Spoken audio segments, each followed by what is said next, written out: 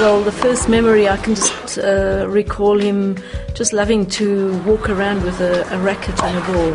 Yeah, he was restless. I mean, he was a boy which he had hell of a life in him, and he actually always wanted to play. He wanted to run around. I mean, mainly wanted to play with the ball.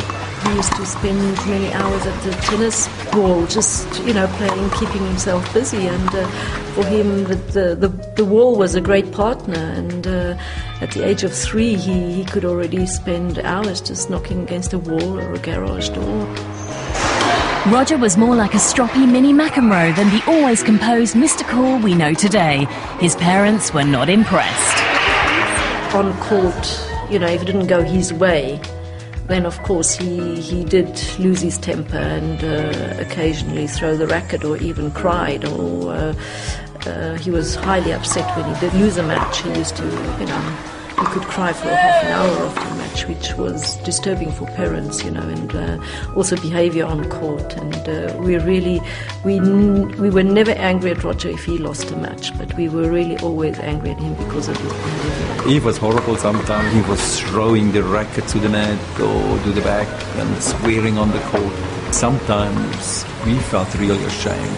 He learned the hard way. He had to hit his head a few times, and I think this is the way you learn by mistakes. And I used to tell him, your bad behaviour is like sending an invitation to your opponent and saying, here I am, beat me. I'm ready to beat today, so go ahead.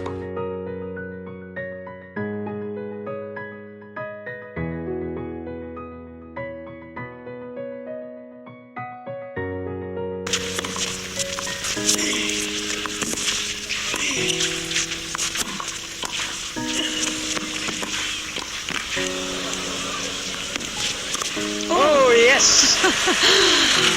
What do you call that? He's smiling about that one. It's behind him and he hits a smash.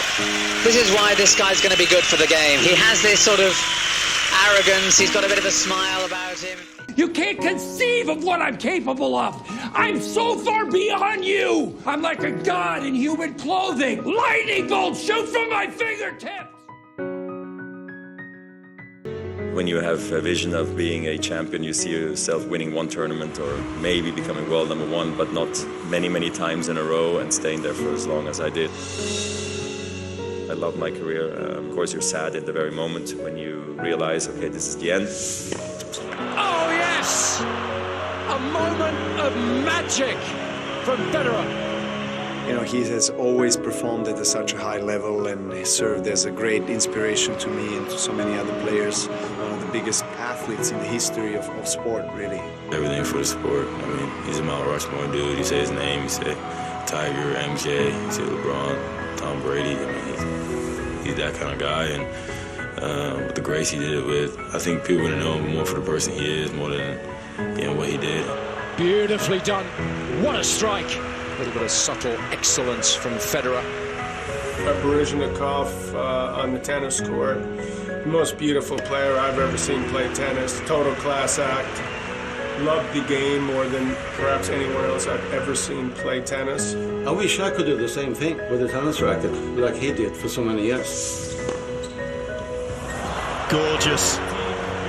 There's something about the way that Roger communicates to us through tennis. We miss the elegance, the classic play, the sportsmanship, just the ease that he played the game with. Oh, there's that oil painting of a backhand. That is so synonymous with Roger Federer. Too big, too strong, too fast, and simply too good in the end. All the things that we share together on court, all these special moments, I will not have this feeling again for the rest of my life. It's something that it's in some way it's painful, but I just wish him all the very best.